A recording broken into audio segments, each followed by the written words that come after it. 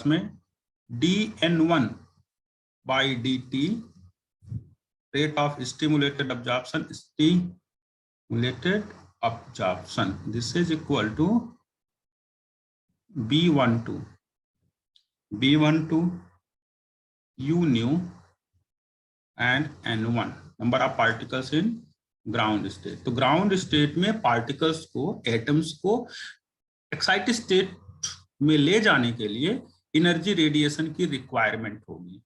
The density of energy radiation large होगा, इसका मतलब पार्टिकल्स या एटम्स लार्ज नंबर से रोटेट ट्रांजिशन शो करेंगे। सो rate of transition will depend on intensity और डेंसिटी ऑफ रेडिएशन। जितना डेंस रेडिएशन पड़ेगा, फॉल करेगा, उतना ही स्पीड से एटम्स ग्राउंड स्टेट से एक्साइटेड स्टेट की तरफ शिफ्ट होंगे। सो rate of stimulated absorption B12, ये आइंस्टीन कोफिशिएंट है जिसको प्रोपोर्शनैलिटी कांस्टेंट के प्लेस पर रखा। ये रेडिएशन जो फॉल करेगा, और ये है number of particles in the ground state, number of atoms in the ground state.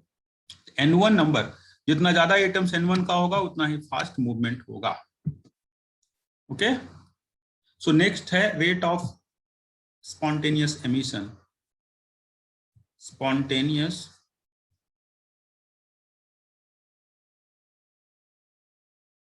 emission, so spontaneous emission में पार्टिकल्स और एटम्स एक्साइटेड स्टेट से ग्राउंड स्टेट की तरफ स्पॉन्टेनियसली शिफ्ट होते हैं, ट्रांसफर होते हैं, और इसके लिए कोई एक्स्ट्रा सोर्स ऑफ रेडिएशन की जरूरत नहीं पड़ती। यहाँ पर प्रोपोर्शनैलिटी कांस्टेंट A21 आता है and number of particles N2। So this is second equation. Okay, A21 and N2। So now these are two types, two rates. अब लास्ट डिस्कशन है आज की क्लास में, हम लोग ये दो इक्वेशंस लास्ट क्लास में डिस्कस किया जा चुका है। सो नाउ थर्ड है स्टिमुलेटेड एमिशन प्रोसेस। सबसे पहले स्टिमुलेटेड एमिशन प्रोसेस डिस्कस करूंगा। स्टिमुलेटेड एमिशन प्रोसेस, इस प्रोसेस में suppose initially a large number of population exist in the excited state. मान लेता हूं एक्साइटेड स्टेट जिसमें पार्टिकल्स का नंबर N2 है, एनर्जी E2 है। लोअर एनर्जी स्टेट जिसमें नंबर ऑफ पार्टिकल्स N1 है, एनर्जी E1 है। ठीक है, अब इसमें एनर्जी डेंसिटी फॉल कर रहा है। एक एनर्जी इलेक्ट्रोमैग्नेटिक रेडिएशन जिसकी एनर्जी डेंसिटी U न्यू है, वो इस पर्टिकुलर एटॉमिक सोर्स के ऊपर फॉल करता है, और एटॉमिक जो सोर्स है, number of atoms very large, तो इन एटम्स को फोर्स करता है ग्राउंड स्टेट की तरफ शिफ्ट होने के लिए। Lowest energy level, lower energy level की तरफ एटम्स को शिफ्ट होने के लिए फोर्स करेगा। तो मान लो यहाँ एटम्स एग्जिस्ट कर रहे हैं, large number of atoms exist in excited state. तो इन एटम्स को ग्राउंड स्टेट की तरफ शिफ्ट होने के लिए स्टिमुलेशन इस रेडिएशन से मिलेगा। तो this is energy density U new. तो रेडिएशन क्या कर रहा है? रेडिएशन ऊपर से नीचे की तरफ पार्टिकल्स को, एटम्स को शिफ्ट होने के लिए इंड्यूस कर रहा है, तो सपोज ऊपर से एक पार्टिकल नीचे आता है, एक एटम नीचे आता है, और उसी समय पर उसको एक रेडिएशन मिल गया। तो अब रेडिएशन का नंबर कितना हो गया? 2 फोटॉन हो गया। सपोज एक फोटॉन उसके ऊपर से नीचे की तरफ एमिशन से निकलने वाला था, 1 एमिशन प्रोसेस होने वाला था, एक एटम ऊपर से नीचे की तरफ आ रहा है। Suddenly at the same time atom को एक और रेडिएशन मिल गया। कहां से मिल गया? From the electromagnetic radiation incident on the system of atoms. अगर सिस्टम ऑफ एटम्स के ऊपर एक इंड्यूस रेडिएशन की प्रोसेस की बात की जाए, इंड्यूस्ड रेडिएशन उसके ऊपर डाला जाए एनर्जी डेंसिटी U न्यू का, तो वो रेडिएशन भी अपना फोटोन एमिट करवाएगा, प्लस जो एमिशन प्रोसेस जहां एक्साइटेड स्टेट से ग्राउंड स्टेट में होने वाला है उसका एक फोटोन आएगा। So that means you are sending one HNu and you are getting two HNu photons. One photon due to emission process and one photon that is incident. तो दोनों एक साथ simultaneously एक फेज में रहते हुए emit हो जाएंगे.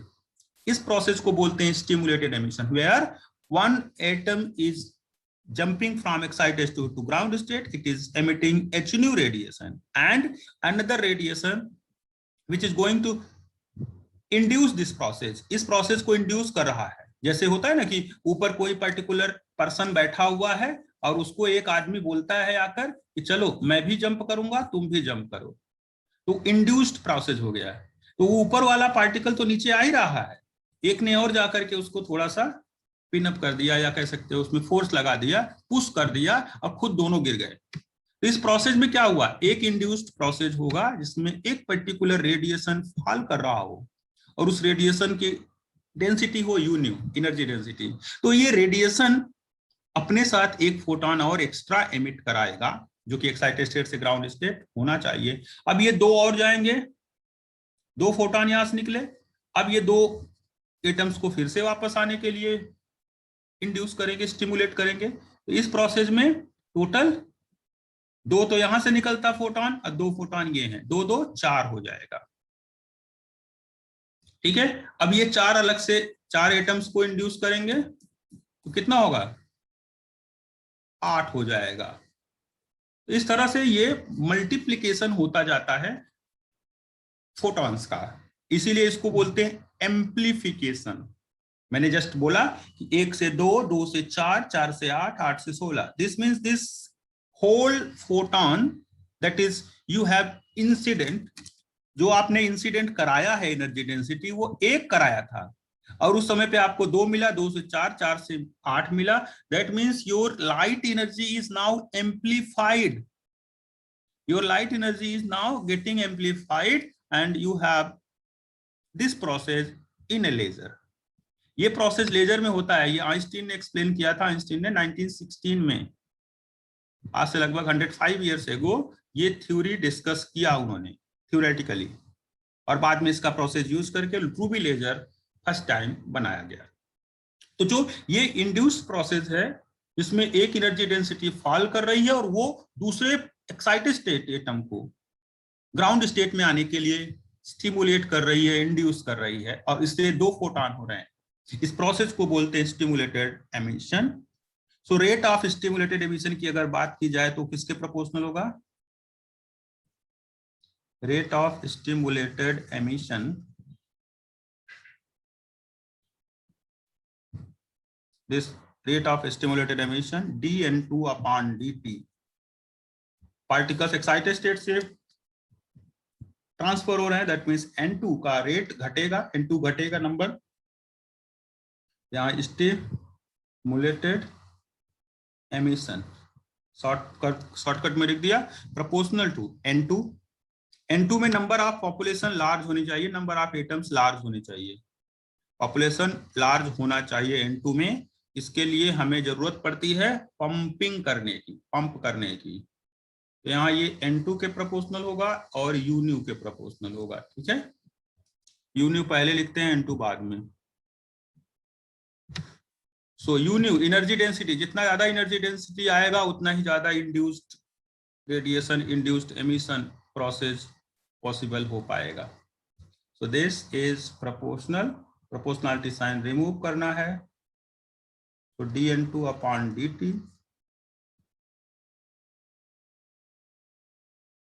stimulated emission is equal to, अब यहां पर जो पॉपुलेशन N2 है, U न्यू है, उसके साथ एक टर्म आएगा प्रोपोर्शनलिटी कांस्टेंट, जो कि 2 से 1 तक का होगा.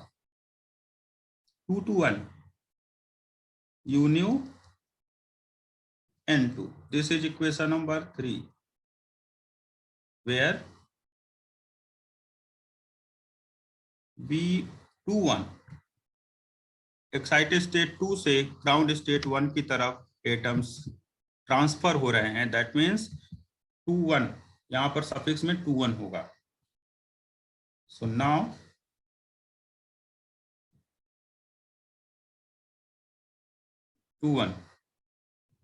where B21 is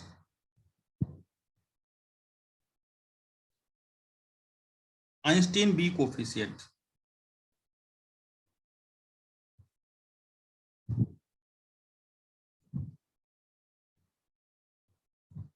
B coefficient for stimulated emission. तो एक आइंस्टीन ए कोफिशिएंट था, यहाँ पर आइंस्टीन बी कोफिशिएंट फिर से मिला। अब्जॉर्प्शन में एक रेशियो, एक कोफिशिएंट आया था B12, 1 से 2 की तरफ एटम्स शिफ्ट होते थे, और यहाँ पर एमिशन हो रहा है फ्रॉम 2 to 1, तो एक्साइटेड स्टेट 2 से ग्राउंड स्टेट 1 की तरफ एटम्स शिफ्ट हो रहे हैं। दैट मीन्स ये B21 आइंस्टीन बी कोफिशिएंट है। ठीक है, तो अब हम लोग दो तरह का डिस्कशन कर चुके हैं, एक तो स्पॉन्टेनियस का, एक स्टिमुलेटेड का। दोनों ही एमिशन प्रोसेस है, दोनों को अगर हम लोग साथ में कंसीडर करें तो टोटल रेट मिल जाएगा। टोटल रेट N2 के डिक्रीज होने का रेट N1 के इंक्रीज होने के रेट के बराबर होगा। सो डिक्रीज होगा N2, N1 बढ़ेगा, फिर N1 बढ़ जाएगा तो N1 से फिर एटम्स N2 की तरफ जाएंगे, तो एटम ऊपर से नीचे, नीचे से ऊपर की तरफ शिफ्ट होते हैं, और इस प्रोसेस में आपको लगातार कंटिन्यूअस रेडिएशन मिलता रहता है। ठीक है, तो 3 इक्वेशन हमारे पास हैं, फर्स्ट, सेकंड, थर्ड। तीनों में कोई डाउट किसी को?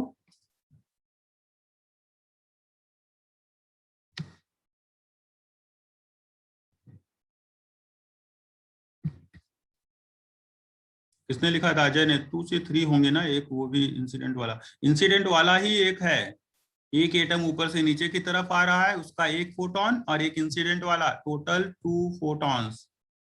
Okay, so there will be only 2 photons, जैसा मैंने इमेज दिखाया है। स्पॉन्टेनियस अब्जॉर्प्शन नहीं हो सकता, स्पॉन्टेनियस अब्जॉर्प्शन नहीं हो सकता बिकॉज एनर्जी तो चाहिए नीचे से ऊपर जाने के लिए। ठीक है, लोअर एनर्जी लेवल से हाई एनर्जी लेवल की तरफ जाना है, लोअर एनर्जी लेवल से high energy level, that means you required some amount of energy, you need some amount of energy। तो amount of energy तो मिलेगी ना कहीं से, और वो एनर्जी सोर्स हमने रेडिएशन सोर्स ले लिया।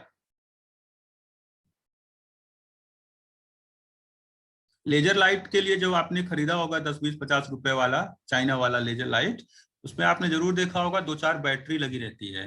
वो इलेक्ट्रिकल सोर्स ऑफ एनर्जी है जिसके थ्रू एटम्स एक्साइटेड स्टेट में जाते हैं, और फिर ये मल्टीप्लिकेशन होता जाता है, एम्प्लीफिकेशन होता जाता है, और इस कारण से लेजर लाइट बहुत हाई इंटेंसिटी की उस पर्टिकुलर लेजर सोर्स से एमिट होती है।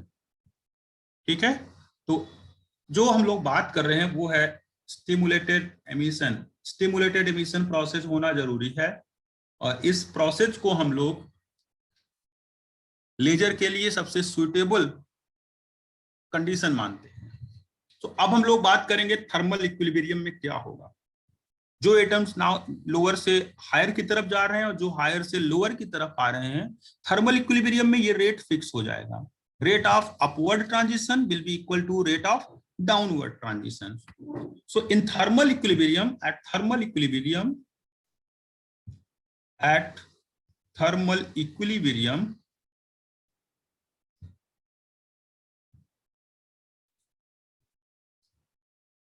the rate of upward transition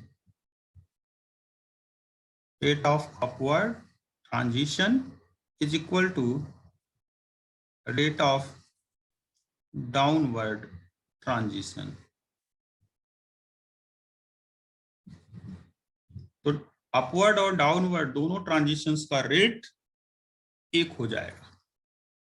इसलिए अपवर्ड में क्या है, अपवर्ड में ओनली 1 ट्रांजिशन है due to stimulated absorption. Stimulated absorption एक है, ऊपर से नीचे आने में dN2/dt, स्पॉन्टेनियस स्टिमुलेटेड दोनों टाइप के प्रोसेसेस हो रहे हैं, प्लस dN2/dt स्टिमुलेटेड emission. ठीक है, so upward and downward both transitions should be same, should be equal at thermal equilibrium condition. तो अब तीनों के फॉर्मूले लिख देता हूं मैं, अलग अलग जो डिस्कस किया. तो यहां पर था B12 U new N1 and here dN2 by dt में यहाँ पर A21 Einstein A coefficient, number of particles, number of atoms in excited state, plus B21 U new N2.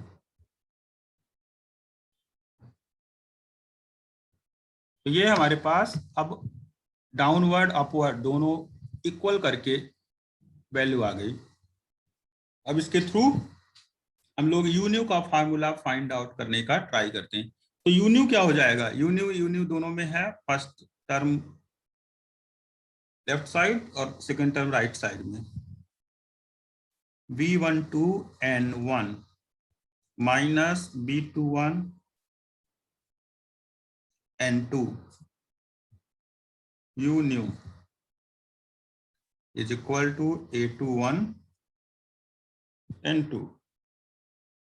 So now U new is equal to A21 N2 upon B12 N1 minus B21 N2.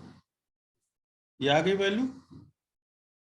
इसको मैं लिख सकता हूं A21 upon B21 divided by B12 upon B21. तो मैं numerator denominator दोनों को B21 से डिवाइड कर रहा हूं. न्यूमरेटर को B21 से डिवाइड करूंगा तो A21 बाई B21 और N2 से भी डिवाइड कर रहा हूं. मैं डिनोमिनेटर के सेकेंड टर्म को 1 बनाना चाहता हूं.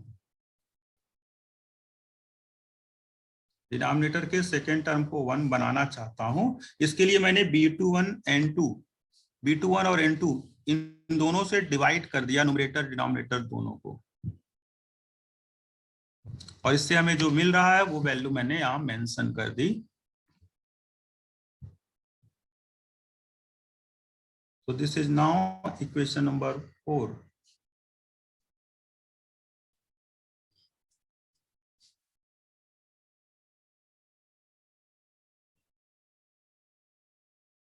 ठीक है, B12 B21 ये दोनों आइंस्टीन B कोएफिशिएंट है स्टिमुलेटेड एमिशन और अब्जॉर्प्शन के लिए. N1 upon N2 these are number of particles or atoms in the excited state और ground state दोनों के लिए. And then A21 B21 जो न्यूमरेटर में है -1 है. अब इसको कंपेयर करेंगे by Planck's radiation formula. From Planck's radiation formula we have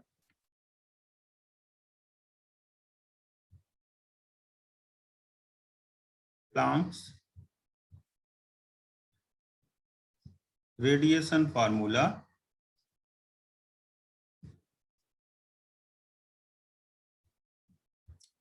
U nu is equal to 8 pi h nu cube upon c cube. This multiplied by 1 upon exponential h nu over kBT -1. ठीक है, so this is the Planck's distribution formula, Planck's radiation formula, and इसको use करना है हमें. So now we have to use this formula. 8 pi h nu cube upon c cube.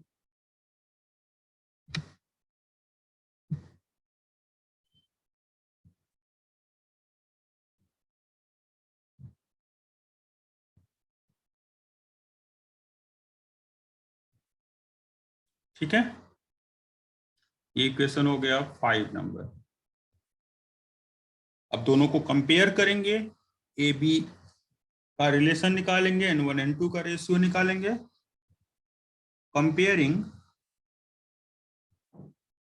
Comparing equations 4 and 5.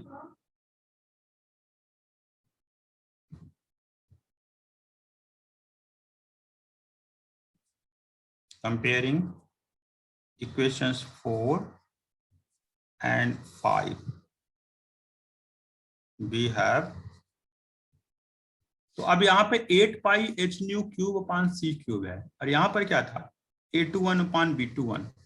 सो कह सकते हैं कि A21 अपान B21 इसका ratio है 8 पाई एच न्यू क्यूब अपान सी क्यूब. न्यू क्या है? New is the frequency of radiation. A21 is the Einstein coefficient for spontaneous emission. B21 is Einstein B coefficient for stimulated emission.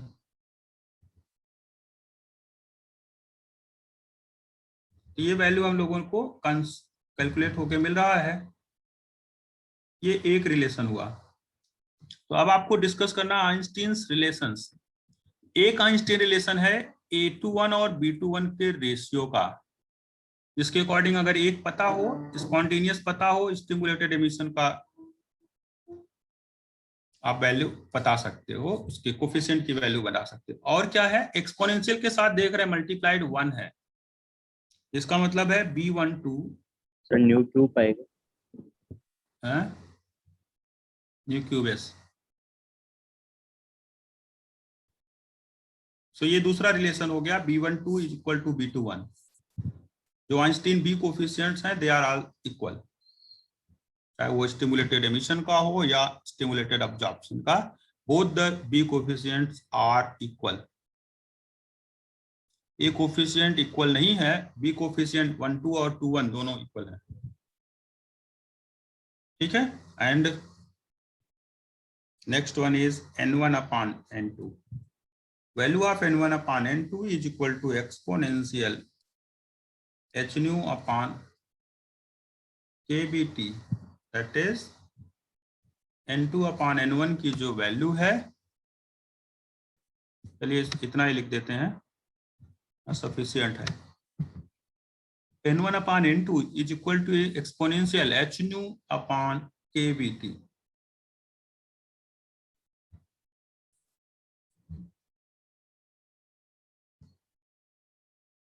So these equations, अभी इन तीनों equations का नाम दे देता हूं 6 7 8. So this is equation suppose 6, this is equation suppose 7, and this is suppose equation 8. These equations are called as, these equations 6 7 and 8 are called as Einstein relation.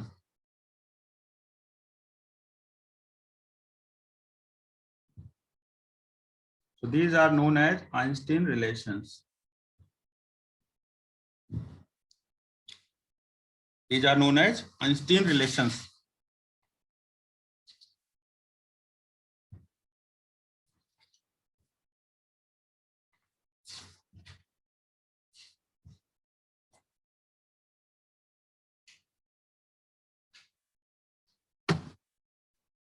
Okay, chat only host कर देता हूं.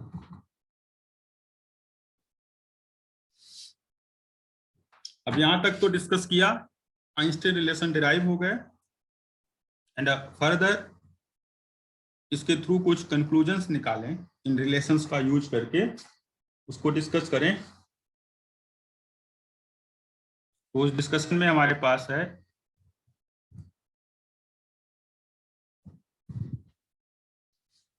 Ratio of stimulated emission rate and spontaneous emission rate. So first topic है ratio. अब इसके through देख रहे हैं ratio of stimulated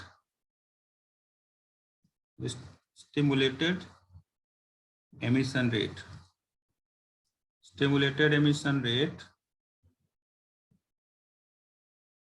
and spontaneous emission rate.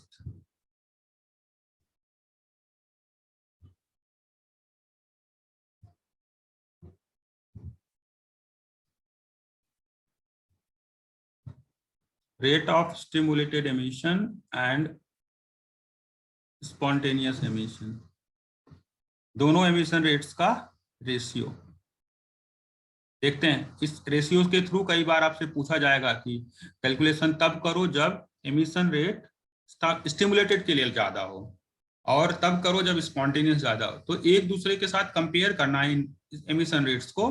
तो मैं एक रेशियो डिफाइन करता हूं R1, इसको लिखूंगा stimulated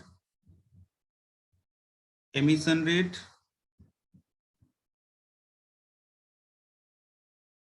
divided by spontaneous emission rate. So now we have to consider this ratio R1. क्या होगा ये stimulated emission क्या होता है? B21 U nu N2, B21 U nu N2 divided by A21 N2. So this N2 cancelled. R1 is equal to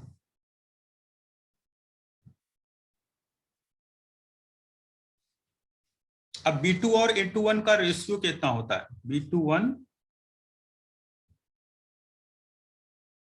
A21 इसका ratio लिखें और U nu multiply कर दें, क्या आता है?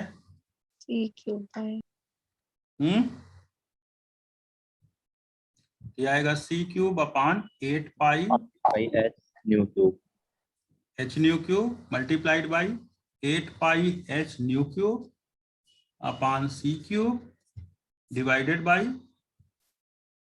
Exponential H nu upon KBT minus 1. So this is the value of R1, ratio of stimulated emission rate and stimulated emission rate numerator में रहेगा, spontaneous emission rate denominator में।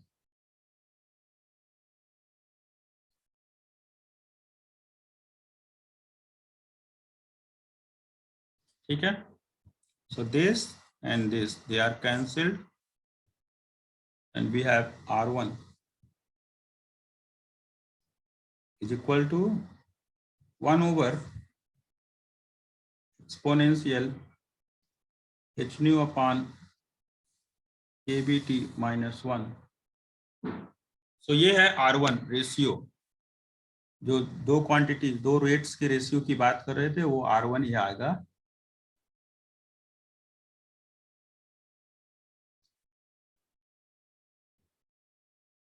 So R1 is equal to 1 upon exponential H nu by KBT minus 1. Simple formula है।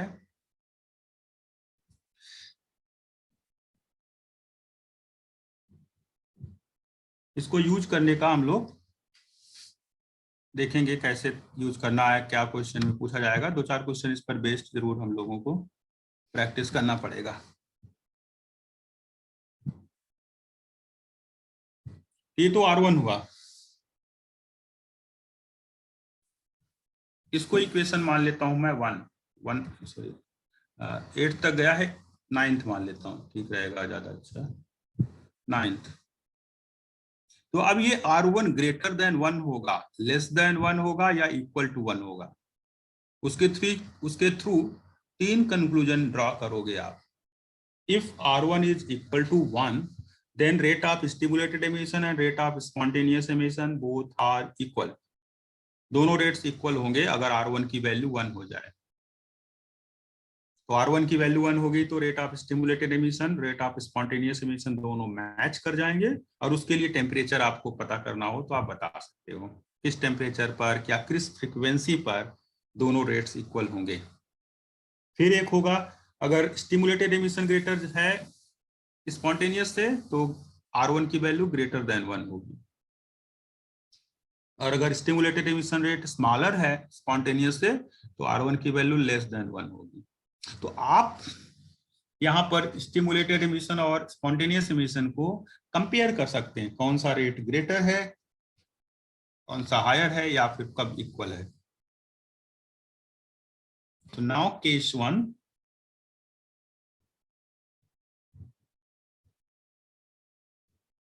when R1 is equal to 1, that is when rate of spontaneous emission is equal to rate of stimulated emission। ये क्या होगा, जब R1 is equal to 1 हो जाएगा। पहले मैं is equal to वाले साइन पर ध्यान दूंगा, कैलकुलेशंस चेक करूंगा। इक्वल टू कब होगा, दोनों rate,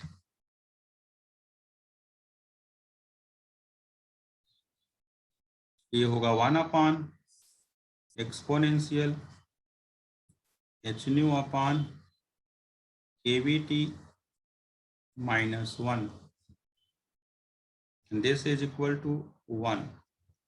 So this is 1 is equal to exponential h nu over KVT minus 1.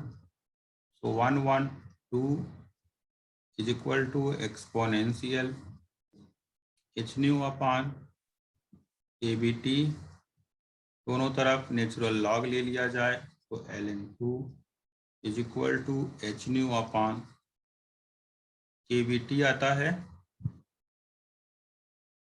और इससे टेम्परेचर पता चलेगा कि टेम्परेचर की value h nu upon ln2 h nu upon KVT into ln2 है, इंटू ln1 अपॉन ln2। तो टेम्परेचर T, किस temperature पर ये पॉसिबिलिटी बनेगी दोनों रेट्स इक्वल होने की, तो उसको अगर कैलकुलेट करना हो तो h nu अपॉन KB, इसको कैलकुलेट करो 1 अपॉन ln2 कर दीजिए,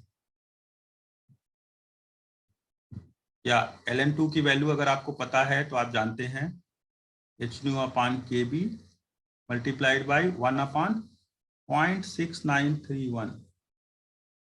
ओके, सो ये वैल्यू हो जाएगी 1.44 multiplied by h nu upon kb. This is the temperature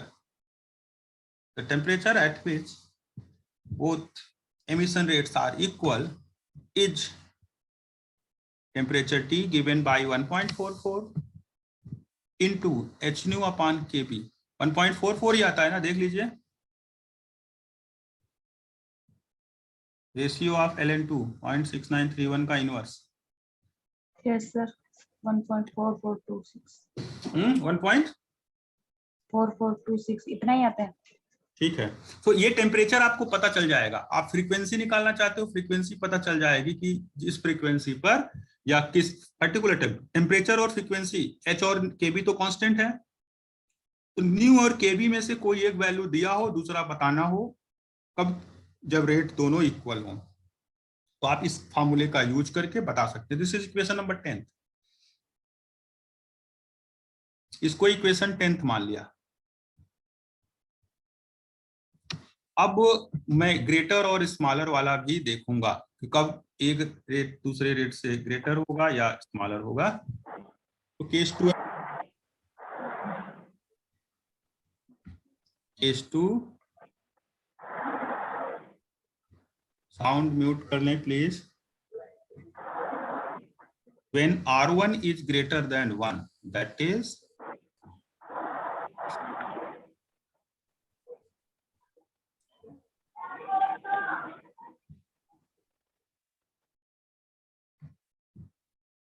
rate of stimulated emission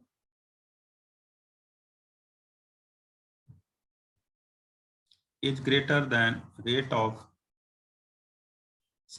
spontaneous emission। तो अब ये कंडीशन कब फुलफिल होगी, जब R1 ग्रेटर देन 1 हो। R1 ग्रेटर देन 1 होने का मतलब है कि 1 upon exponential h nu by k B T minus 1 ये ग्रेटर देन 1 रहे।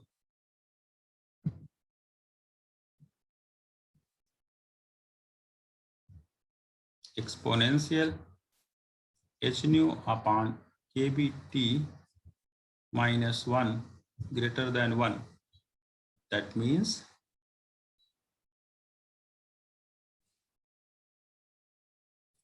T temperature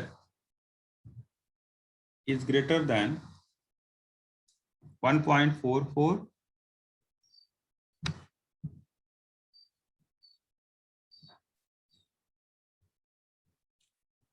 1.44 times h nu upon kb.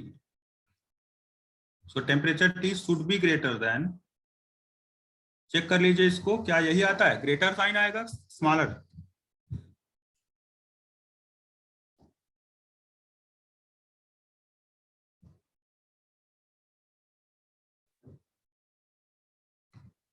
इसमें ग्रेटर साइन आएगा, स्मॉलर? चेक करिए आप लोग एक बार। अब केस 3 तुरंत लिखकर आगे बढ़ते हैं हम लोग, कुछ प्रॉब्लम्स सॉल्व करेंगे, प्रैक्टिस करेंगे। ग्रेटर ही होगा सर। चलिए, when R1 is less than 1, that means rate of stimulated emission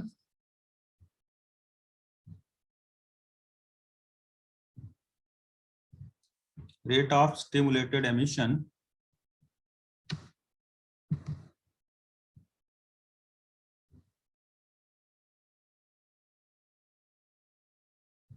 rate of stimulated emission is less than rate of spontaneous emission। तो उस केस में 1 upon R1 greater then less then 1 है, 1 upon exponential h new upon k B T minus 1 ये less than 1 होगा। ये imply करेगा t less than 1.44 multiplied by h new upon k B. ये equations 9th 10th और उसके बाद 11th 12th ये सभी कंपैरिजन के लिए आपको वेरीफाई कर लेना एक बार। जब भी कभी आपसे पूछा जाए कि एक स्पॉन्टेनियस रेट हायर है या स्टिमुलेटेड एमिशन रेट हायर है, तो आप फार्मूले का वेरिफिकेशन इस तरह से चेक कर सकते हो। अगर फार्मूला याद है तो ठीक है, अदरवाइज तुरंत रीजनरेट कर लो, रिप्रोड्यूस कर लो। और ये मुश्किल नहीं है, इतना डिफिकल्ट नहीं है आपको इस फार्मूले को रिप्रोड्यूस करना। इसीलिए मैं डिटेल में बात कर ले रहा हूँ, डिस्कशन कर ले रहा हूँ। प्रॉब्लम्स इस पर बेस्ड आए तो आप फार्मूला फिर से डिराइव करके करो, मिस्टेक नहीं होगी। अदरवाइज लेस देन के प्लेस पर ग्रेटर किया या ग्रेटर के प्लेस पर लेस देन किया, प्रॉब्लम आ जाएगा और आंसर करेक्ट नहीं होगा, ये ध्यान रखना है आपको।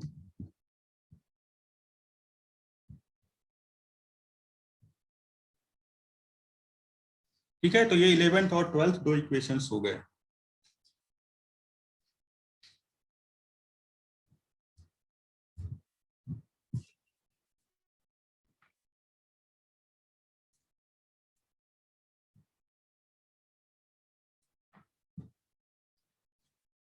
अब नेक्स्ट कुछ प्रॉब्लम्स डिस्कस किया जाए।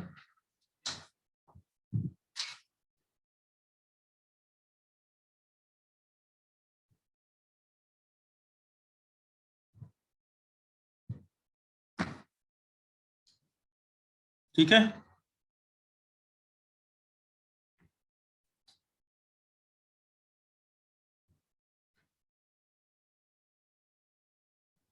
Question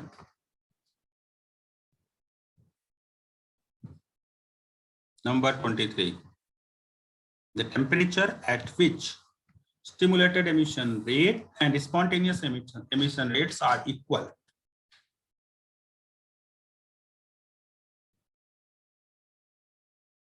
Sir, the temperature at which rate of stimulated emission and R1 की वैल्यू 1, ये आपको लेके चलना है.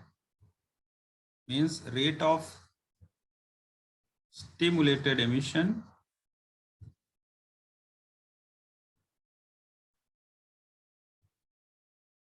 is equal to rate of spontaneous emission. ठीक है. तो आप पहले जो क्वेश्चन में पूछा जा रहा है वो लिख लें, देन R1 की वैल्यू 1 लिखेंगे. रुकिए.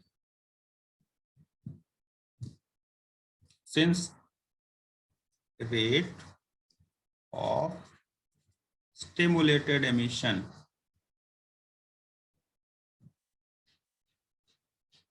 is equal to, क्वेश्चन के अकॉर्डिंग है rate of stimulated emission and rate of spontaneous emission. These two quantities, the two rates are equal. Therefore, R1 will be 1 and temperature T will be equal to 1.44 multiplied by h nu upon kb. So 1.44 multiplied by hc upon lambda kb. So now substitute values of given wavelength, value lambda की put करो और answer ले लो. So 1.44 multiplied by h is 6.626 10 raised to power minus 34 bracket close, multiplied by 3 into 10 raised to power 8 meter per second. Lambda is 500 nanometer and kb means 1.38 into 10 raised to power minus 23. So the answer is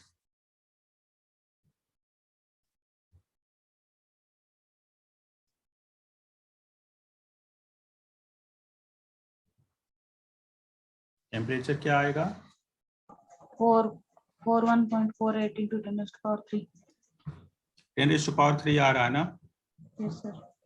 question में तो नहीं है option. 10 raised to power 3 सब में missing है option, जितना भी आप देख रहे हैं.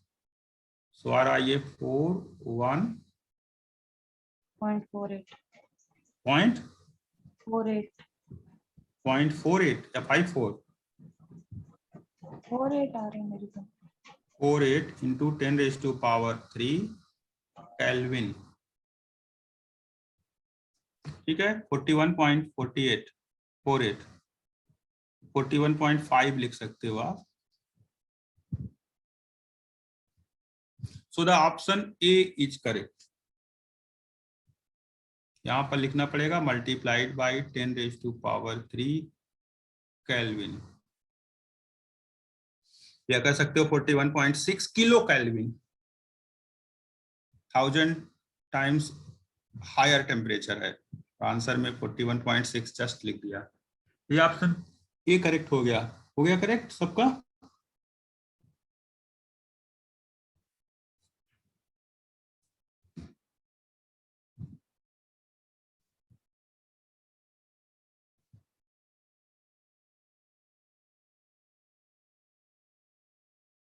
आगे बढ़े.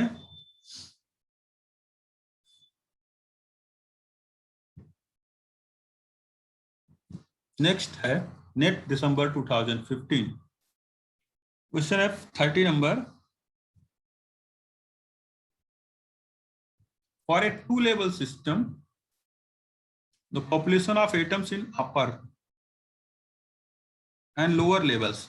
Upper level means N2 is equal to 3 into 10 raised to power 18 and N1 is equal to 0.7 into 10 raised to power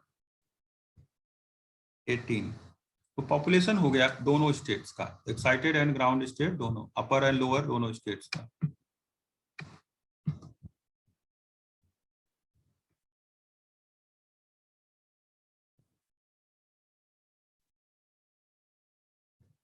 ठीक है। अब है if the stimulated emission coefficient of stimulated emission is, stimulated emission coefficient क्या होता है? B21. This is 3.0 into 10 raised to power 5 metre cube watt second cube. And energy density u nu का value दे रखा है 9.0 joule per metre cube hertz. So rate of stimulated emission क्या होगा? Rate of stimulated emission, this is given by dN2 upon dt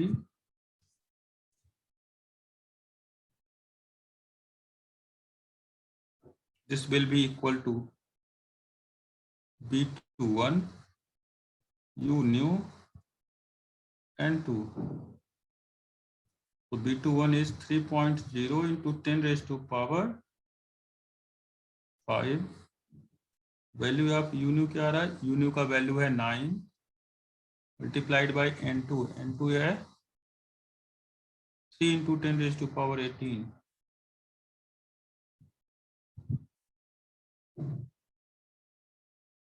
क्या answer आएगा?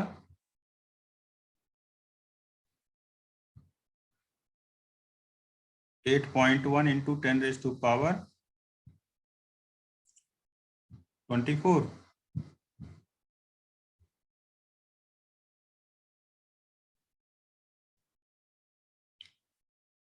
अब इसमें कौन सा आंसर सही करें?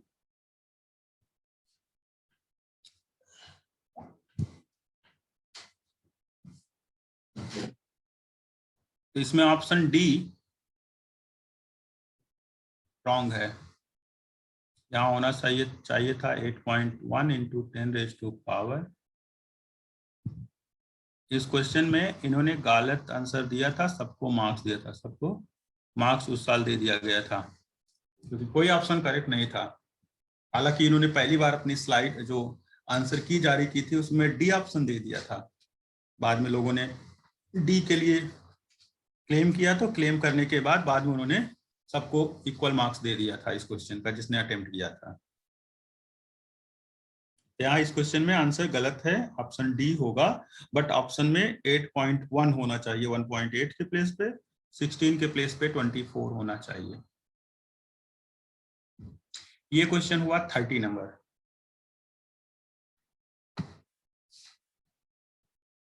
अब नेक्स्ट देखें, a two-level system in thermal black body environment can decay from the excited state by both spontaneous and thermally stimulated emission। Spontaneous और stimulated दोनों emission से ये excited state से decay हो सकता है। At room temperature 300 Kelvin, the frequency below which thermal emission dominates over spontaneous emission। तो कह रहे हैं टेम्परेचर T अगर 300 है तो फ्रीक्वेंसी क्या होगी जिसके नीचे thermal emission, thermal stimulated emission spontaneous emission के ऊपर डोमिनेट कर जाए।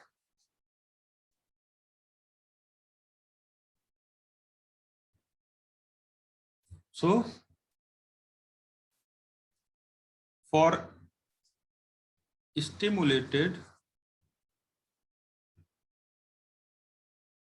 तो यहां पर थर्मल स्टिमुलेटेड एमिशन लिखा है, कोई बात नहीं है तो स्टिमुलेटेड ही, और thermally stimulated emission greater than spontaneous emission. अगर थर्मली स्टिमुलेटेड एमिशन की वैल्यू डोमिनेट करती है स्टिमुलेटेड एमिशन से,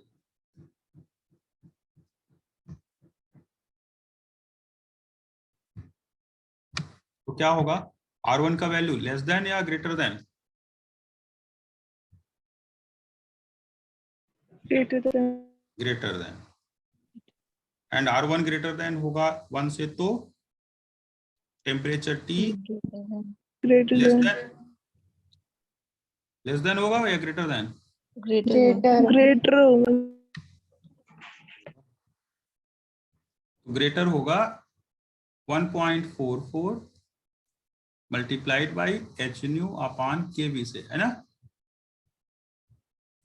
तो टी का वैल्यू तो गिवन है, तो आप इसको बना लेंगे के बी टी अपॉन एच, के बी टी अपॉन एच, और 1.44 इसका इनवर्स आप जानते ही हैं, दूसरी साइड आएगा तो क्या होगा? ln2 मल्टीप्लाइड बाई 0.6931, और इससे नीचे फ्रीक्वेंसी होनी चाहिए, पूछ रहा है ना? द फ्रीक्वेंसी बिलो विच, जिसके नीचे, तो बिलो विच का मतलब हुआ कि लेस देन, ये पूरी वैल्यू लेस देन न्यू होनी चाहिए, ग्रेटर देन न्यू। तो आप केवी का वैल्यू होता है 1.38 इंटू 10⁻⁻23, टेम्परेचर है 300 डिवाइडेड बाय प्लांक कांस्टेंट है 6.626 into 10⁻⁻34, then you have to multiply by 0.6931 less than nu. अब मुझे फ्रीक्वेंसी बताएं जिसके नीचे थर्मली स्टिमुलेटेड एमिशन का रेट स्पॉन्टेनियस एमिशन के रेट से ग्रेटर हो।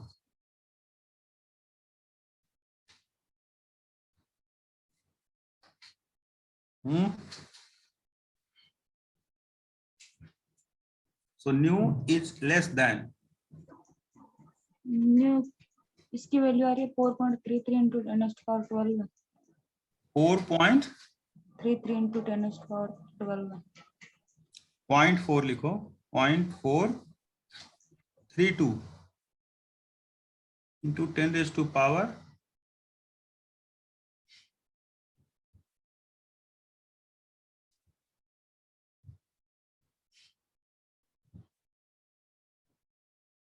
अब मुझे ये बताओ ऑप्शन कौन सा चूज करें, विच ऑप्शन इज करेक्ट, ए और डी?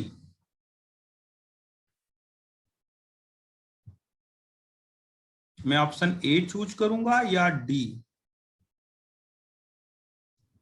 डी ऑप्शन से, डी। ए क्यों होगा? ए होगा तो ये 43.2 होगा ना? सॉरी, ये डी कह रहा हूं, डी कह रहे हो आप 10⁻11, तो कितना होगा? 43.2 इंटू 10⁻13, और आप कहोगे कि 10⁻11 तक होना चाहिए, नियरेस्ट टू, तो इसमें तो गड़बड़ हो गया ना। अगर 10⁻11 से नीचे की फ्रीक्वेंसी के लिए करेक्ट है, इसका मतलब 10⁻12 ऑर्डर की फ्रीक्वेंसी के लिए आपका स्टिमुलेटेड एमिशन ग्रेटर नहीं होना चाहिए, जबकि यहां तो 10⁻12 आ रहा था ना अभी। अगर 10⁻11 हर्ट्ज के नीचे की फ्रीक्वेंसी के लिए स्टिमुलेटेड एमिशन रेट लार्ज है, 10⁻11 से नीचे, तो हायर के लिए नहीं होगा, 10⁻12 के लिए नहीं होना चाहिए, लेकिन ऑप्शन में तो आपके पास 10⁻12 आ रहा है ना ये आंसर में, तो इसलिए आप ये नियरेस्ट में करेक्ट हो जाएगा।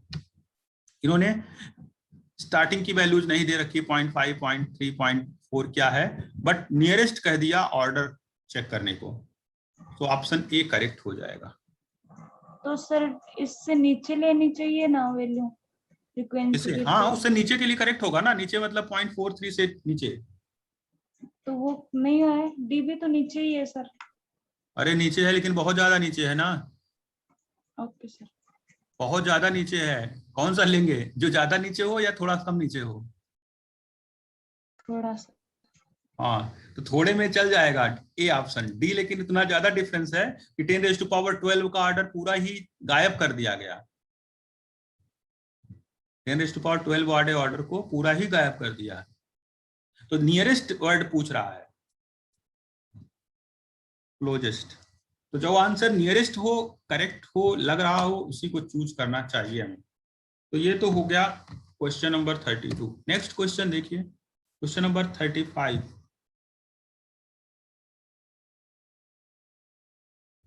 CO2 molecule has the first few energy levels uniformly separated by approximately 2.5 milli electron volt.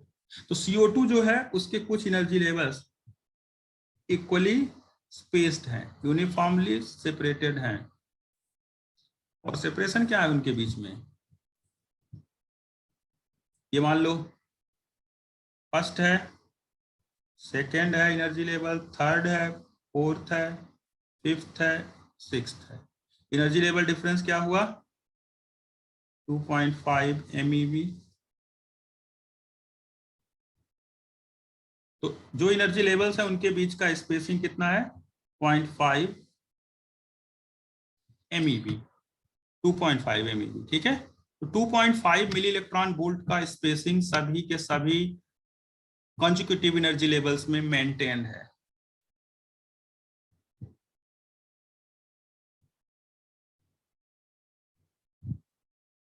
ठीक है, अब आपसे पूछा जा रहा है टेम्परेचर T का वैल्यू कितना है, 300 केल्विन। और आपको निकालना क्या है, molecules in the fourth excited state. Fourth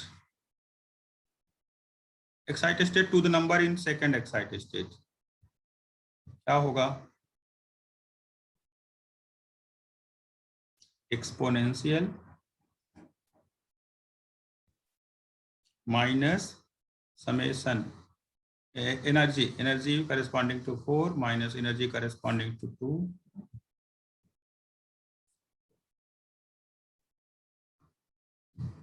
so energy levels are equally spaced, equal distance equal energy का डिफरेंस यहां पर बन रहा है। तो ये वैल्यू कितनी आएगी, E एप्सिलॉन 4 माइनस एप्सिलॉन 2 या E4 माइनस E2 कितना आएगा,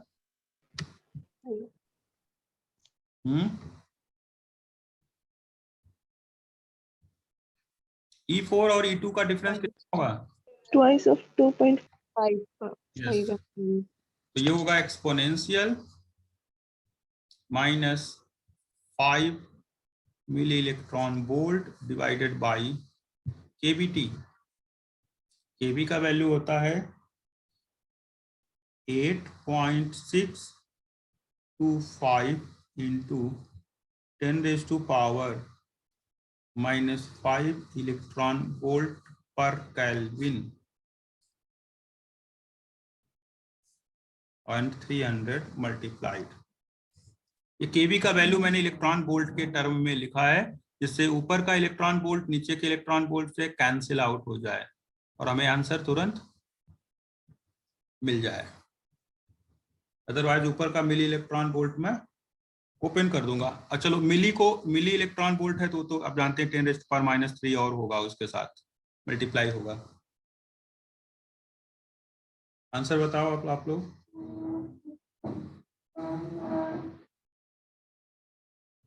वैल्यू ऑफ केवी लिखा है 8.625 into 10⁻⁻5 electron volt per kelvin. Hello sir.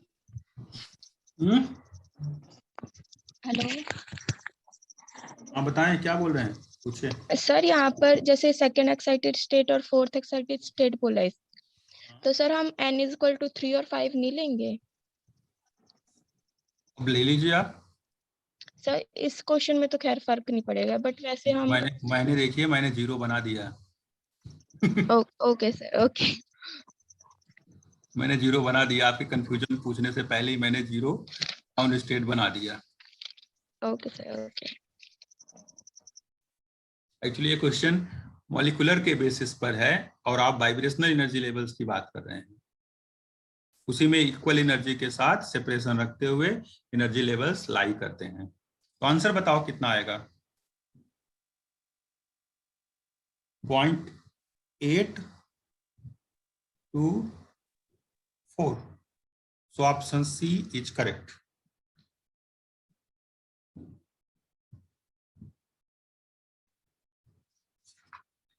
ठीक है, तो अब चलते हैं नेक्स्ट डिस्कशन स्टार्ट करने। कुछ मैं चेंजेस बताऊंगा अभी, 1-2 फार्मूला उसके लिए लिखेंगे एंड देन हम लोग फर्दर प्रॉब्लम सॉल्व करेंगे।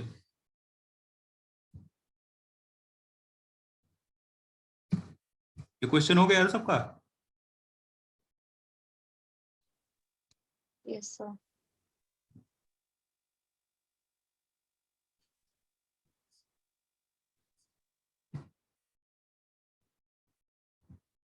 थर्टी टू प्रॉब्लम में है क्या भाई?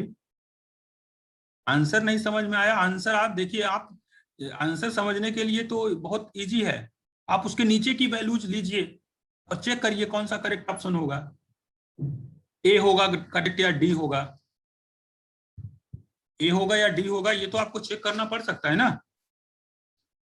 एक बार खुद से वेरीफाई कीजिए, नहीं आता है तो मैं क्लास एंड होगा तो फिर से डिस्कस कर लूंगा। नेक्स्ट अब है, अब मैं कुछ पॉइंट्स आपको बता रहा हूं। By using Planck's formula, Planck's radiation formula. Planck's radiation formula क्या था हमारे पास? U nu is equal to 8 pi h nu cube, है ना। So by using U nu is equal to 8 pi h nu cube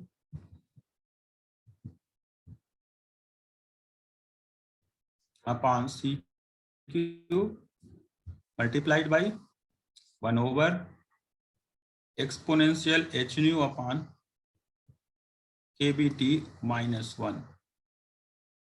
अगर ये formula use करेंगे we will get A21 nu upon B21 nu is equal to 8 pi h nu cube upon c cube।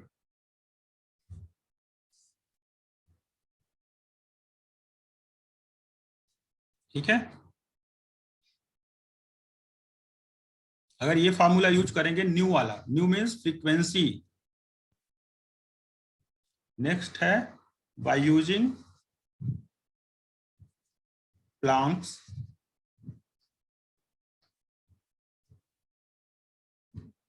Radiation formula. अच्छा, यहां पर आप ध्यान देंगे you new के साथ डी न्यू लिख सकते हैं हम लोग, है ना।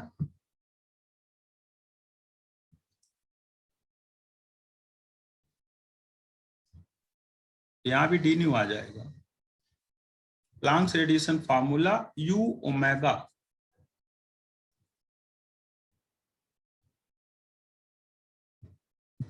H cut omega cube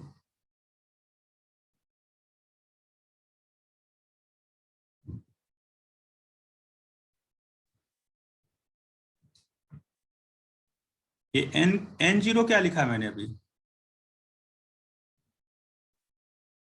what is n zero? N zero is refractive index. If question में मार्क्ड है रिफ्रैक्टिव इंडेक्स की वैल्यू तो आप उसे यूज जरूर करें।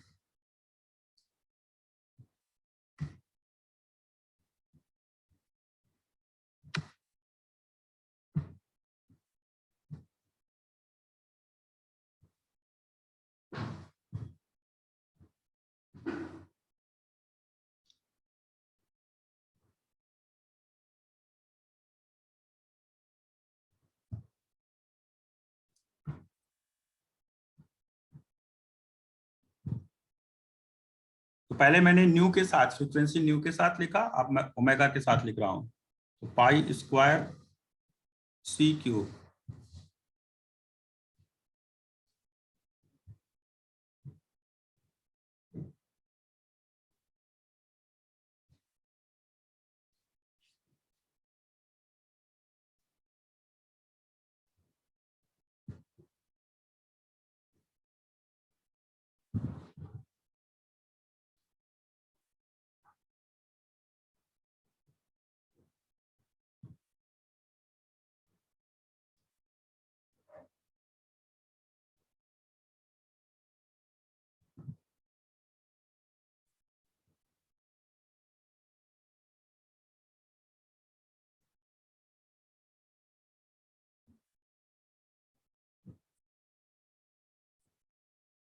So this is the ratio of A21 and B21 for omega. Omega is angular frequency.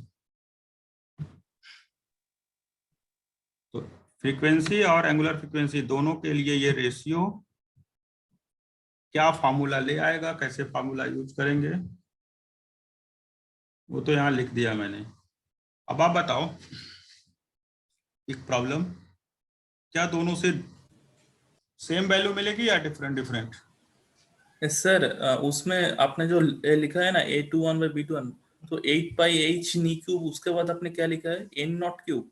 Yes, N0 cube is refractive index. Okay sir.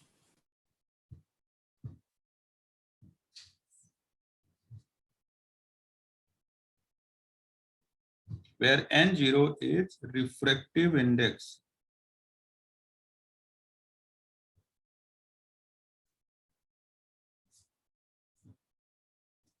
चलिए आप बताइए मुझे दोनों फार्मूले में क्या सर एक्सक्यूज मी सर ये किसका है रिफ्रैक्टिव इंडेक्स है यहाँ पे? मीडियम का। ओके। जिस मीडियम को आप यूज कर रहे हैं, इधर वो सॉलिड स्टेट मीडियम है, लिक्विड मीडियम है या गैसियस मीडियम है, एटम्स का ना कोई वही सर है। बट जैसे ऊपर वाला जो फार्मूला है वहां पे तो इसका कोई टर्म नहीं था और फिर यहाँ पे ऊपर वाला मतलब? अच्छा, मतलब जो प्लैनेट रेडिएशन फार्मूला था तो वहां पे तो यहाँ नहीं था, सब्स्टिट्यूट पीछे भी आपने कराया तो वहां भी इसमें इसका वहां नहीं यूज किया था, अभी यहाँ यूज कर रहा हूं मैं बोल रहा हूँ कि अगर किसी क्वेश्चन में आपको रिफ्रैक्टिव इंडेक्स 1 ना दिया गया, कुछ और वैल्यू यूज कर दी गई, ओके सर ऑब्जर्व करोगे। मैं यहाँ लिखना भूल गया था, लिख दिया मैंने। ठीक है सर। इसलिए मैं रिफ्रैक्टिव इंडेक्स को भी इंसर्ट कर दे रहा हूँ, अदरवाइज भूल जाते हैं स्टूडेंट्स कि N0 न्यूमरेटर में होगा कि डिनोमिनेटर में, स्क्वायर होगा कि क्यूब होगा, पावर 1 होगा, 5 होगा। तो ये जानना जरूरी है।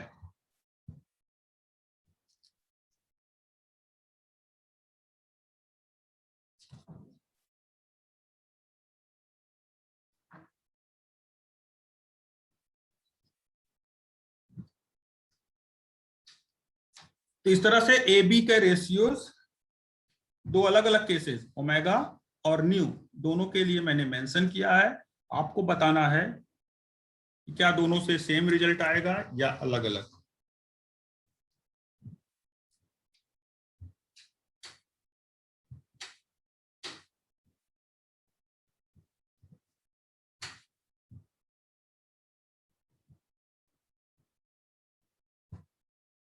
चलिए नेक्स्ट देखते हैं, relation between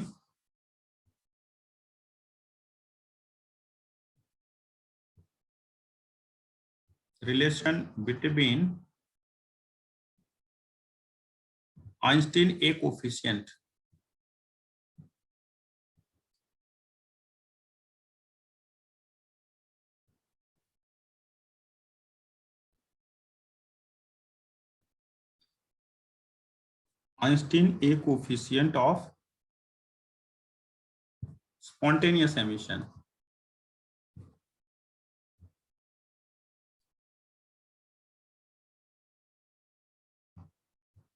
and lifetime of excited state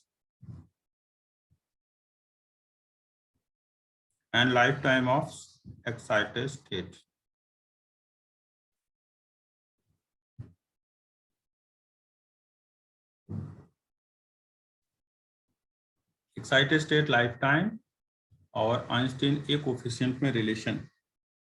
since rate of spontaneous emission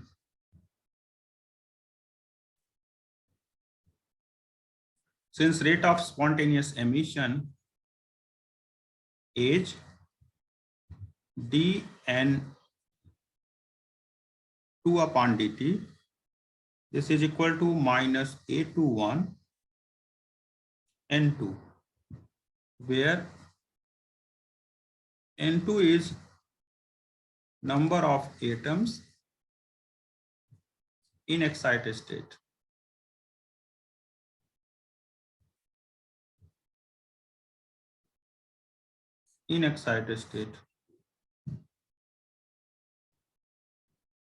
N2 है number of atoms in excited state.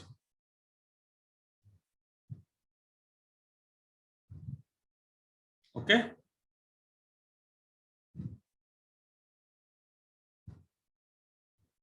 अरे भाई स्टैटिस्टिकल मैकेनिक्स नहीं पढ़ी है क्या कभी? निष्ठा, स्टैटिस्टिकल मैकेनिक्स पढ़ी है? प्लांक रेडिएशन फार्मूला जानते हो? पर सॉल्व करने पे एग्जैक्टली सेम आंसर नहीं आ रहा है, इसलिए कंफ्यूजन हो रहा था। एक्जैक्टली सेम आता तो मैं 2 बार क्यों लिखता? हाँ वही ना, इसीलिए। हाँ तो इसीलिए तो मैं पूछ रहा था क्या एग्जैक्टली सेम आएगा, तो आप डिफरेंट है। डिफरेंट है और डिफरेंट आएगा, इसीलिए मैंने 2 बार लिखा, अदरवाइज मैं एक ही को लिख देता। जी। तो 2 बार क्यों लिखता है इसको? हम्म, लैम्डा नहीं लिखा है, अदरवाइज यू के साथ लैम्डा भी रिलेट कर सकते हो। हम्म। तो न्यू के साथ आया, फ्रीक्वेंसी के साथ आया, लैम्डा के साथ भी लिख सकते हो। तो बहुत सारे फार्मूले बन सकते हैं क्योंकि आप स्टैटिस्टिकल जानते हैं और उसमें ये सब चीजें डिस्कस की जाती हैं, न्यू, लैम्डा, ओमेगा सब के साथ। चलिए अब हम लोग ये रिलेट करते हैं। तो वहां तो स्टैटिस्टिकल यूज किया, अब मैं यहाँ पे क्या यूज करने वाला हूँ? न्यूक्लियर। अब यहाँ मेरा डिस्कशन न्यूक्लियर पर होगा, focus.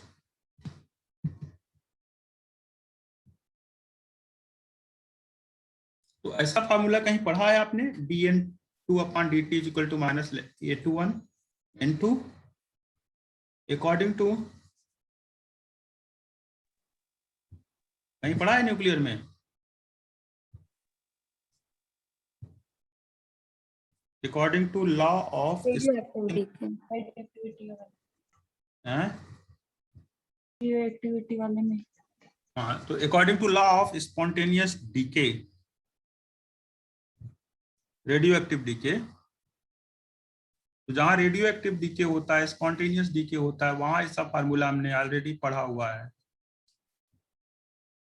dN/dt is equal to minus lambda n। ठीक है, where minus lambda is equal to -1/टाउ। ऐसा भी तो होता है।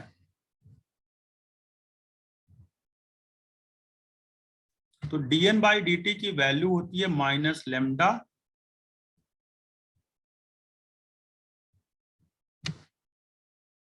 इंटू n, और लैम्डा क्या है? Lambda is equal to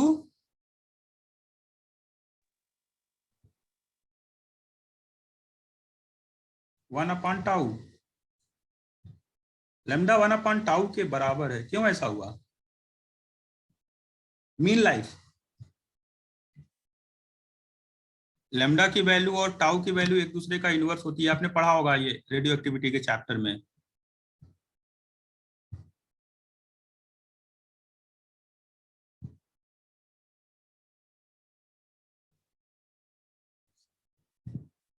mean life time, tau को मीन लाइफ टाइम बोलते हैं।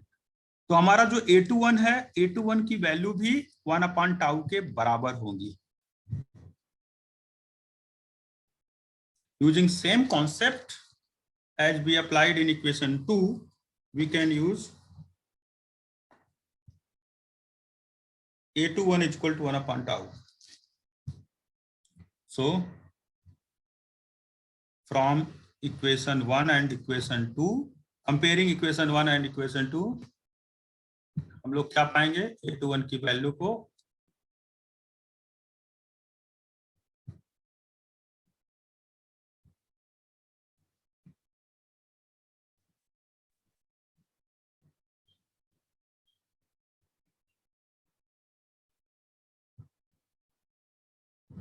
A21 is equal to 1/tau। Similar concept use करके A21 लैम्डा के जैसा है, इसलिए A21 का वैल्यू भी 1/टाउ के बराबर हो जाएगा। या फिर कह सकते हो tau is equal to 1/A21।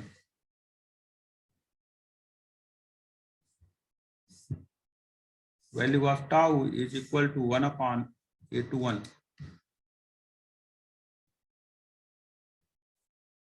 तो जो लाइफ टाइम होगा वो इनवर्स ऑफ ए कोफिशिएंट होगा, जो ए कोफिशिएंट होगा where tau is the lifetime of excited state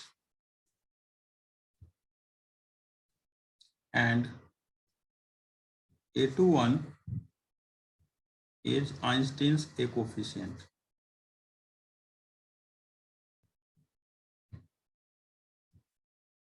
Einstein A coefficient for spontaneous emission.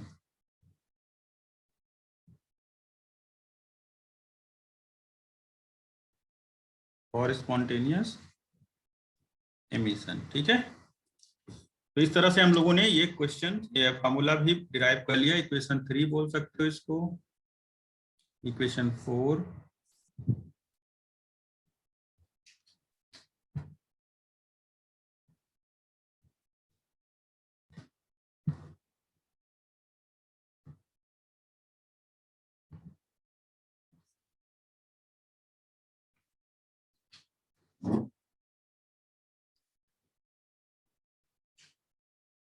तो लाइफ टाइम और आइंस्टीन ए कोफिशिएंट दोनों एक दूसरे के इनवर्स हो जाएंगे।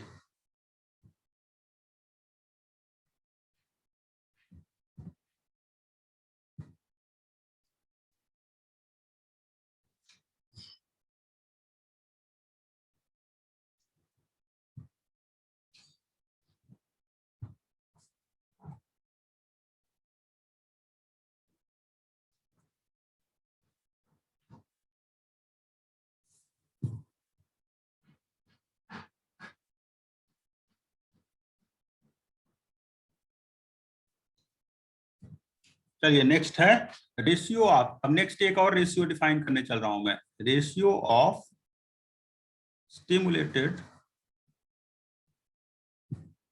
Ratio of stimulated emission rate. पिछले में स्पॉन्टेनियस एमिशन कर दिया था, अब एमिशन रेट स्टिमुलेटेड लेंगे तो अब्जॉर्प्शन रेट लेना पड़ेगा, to stimulated absorption rate. So now next ratio is stimulated emission rate and stimulated absorption rate.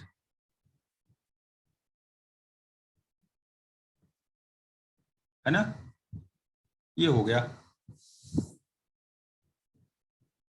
So now we define next ratio R2 is equal to stimulated emission rate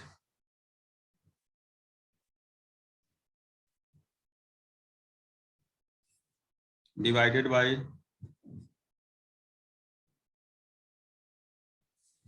stimulated absorption rate.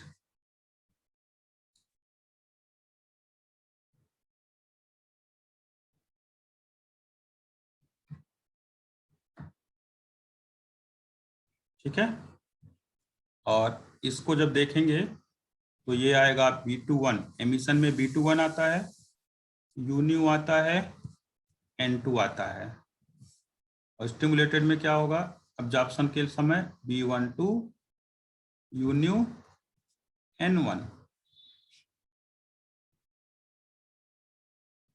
B21, B12 they are equal,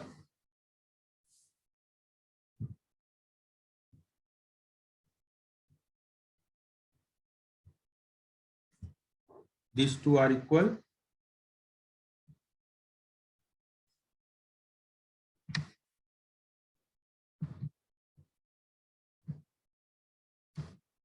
B21 and B12 their values are equal, and next U they are cancelled out, N2 upon N1 हो गया, और इस N2 upon N1 की value क्या होती है, exponential minus HNu upon KBT। सो हम लोग कह सकते हैं R2 का value exponential minus HNu upon KVT है।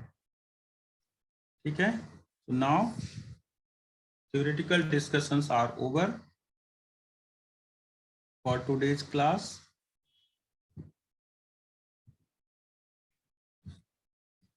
ठीक है, तो ये मैंने एक नया रेशियो डिफाइन किया R2, स्टिमुलेटेड इमिशन रेट को स्टिमुलेटेड अब्जॉर्प्शन रेट से रेशियो लेकर के।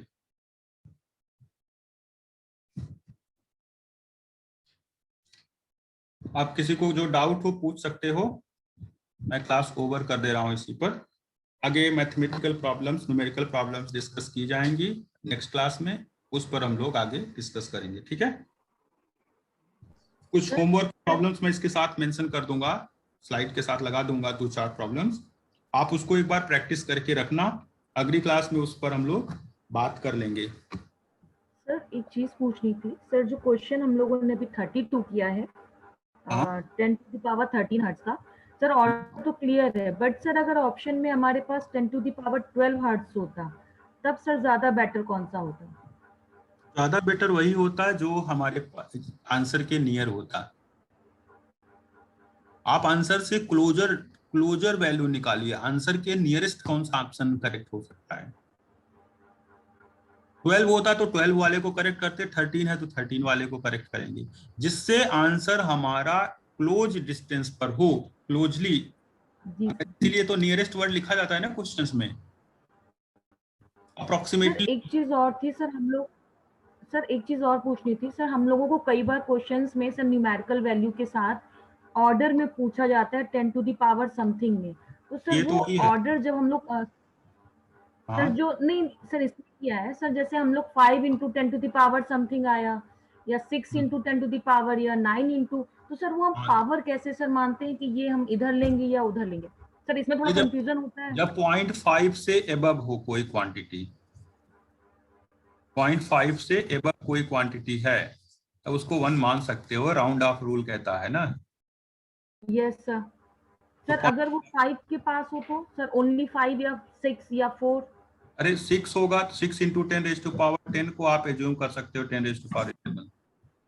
सर यानी कि हम आप 11 ले सकते हैं, अगर सर 5 से कम है तो हम उसको 10 मान के चलेंगे। जी हाँ, जी हाँ। इसमें भी कम है, लेकिन और कोई आंसर मैच नहीं कर सकता। ये ऑर्डर 10 रेज़ टू पावर 12 पर ही जा रहा है, लेकिन हमारे पास option 10 raise to power 10 raise to power 11 बहुत स्मॉल हो जाएगा, तो हम लोगों ने 13 वाले को चूज कर लिया। ठीक है, यस सर, क्लियर हो गया। हाँ, ऑप्शन ए ग्रेटर हो जाएगा, बट मैं कह रहा हूं कि अगर मेरे पास एक वैल्यू यहाँ है 0.432 10 रेज़ टू पावर 13 और मुझे 10 रेज़ टू पावर 13 यहाँ मिलता है, 10 रेज़ टू पावर 11 यहाँ मिलता है, तो आप बताओ मेरा आंसर किसके पास रहेगा, नियरेस्ट किसके है? मैं अगर इसको मानूंगा तो इसके नीचे की वैल्यूज के लिए मेरा आंसर करेक्ट होगा, बट एक्चुअली मेरा आंसर इसके नीचे के करेक्ट था, मेरा आंसर यहां था, और डी ऑप्शन में ये है। मेरे पास चॉइस तो एक ही बचती है ना, 10 रेज़ टू पावर 13 अप्रोक्सीमेटली मान लूं और उसके नीचे के सारे वैल्यूज के लिए कह दूं कि आंसर मेरा करेक्ट है। ठीक है, तो आप वैल्यूज बना करके देख लीजिए, 13, 14, 11 जिसके पास हो वो आंसर मैच हो जाएगा। वो हो सकता है थोड़ा सा ग्रेटर हो, स्लाइटली ग्रेटर और स्लाइटली लेस।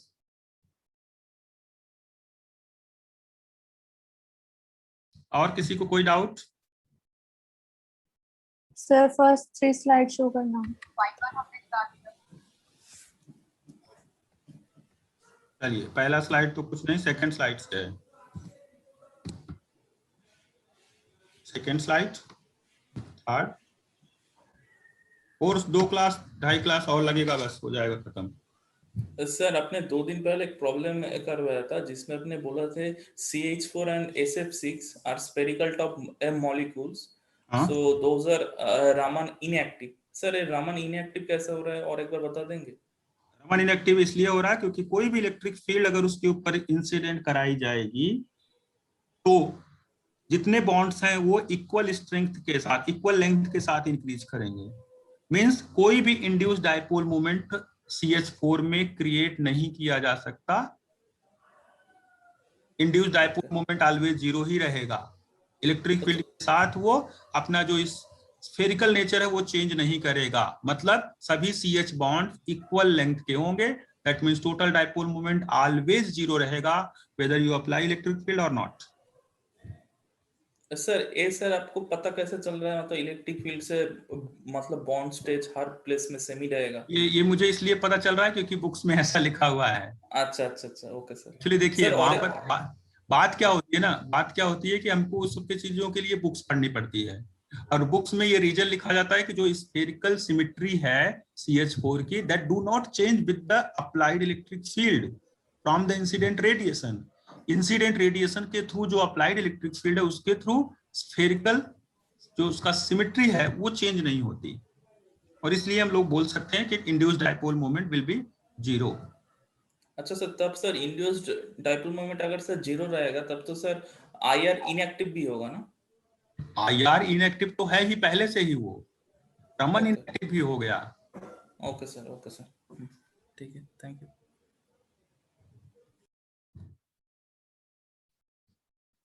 बैक स्लाइड हो गया, 6 नंबर हो गया, 7th। Sir hello. जी बताएं, बोलें। सर पिछली क्लास में सर आपने क्वेश्चन कराया था कि मेटल्स के लिए रमन इफेक्ट इज सप्रेस्ड। जी हाँ। तो सर ये सप्रेस्ड मीनिंग से मतलब इस वर्ड से क्या मीनिंग मतलब?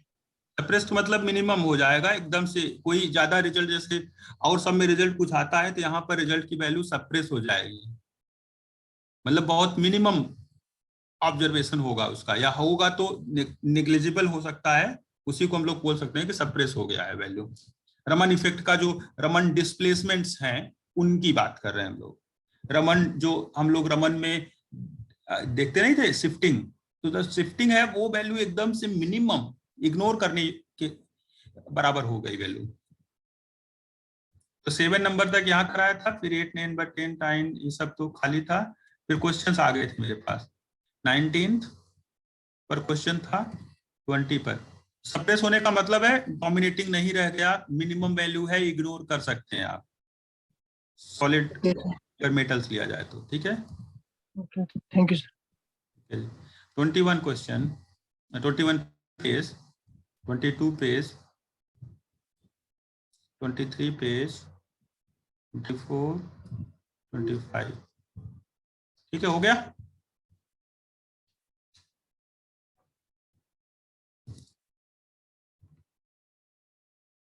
ओके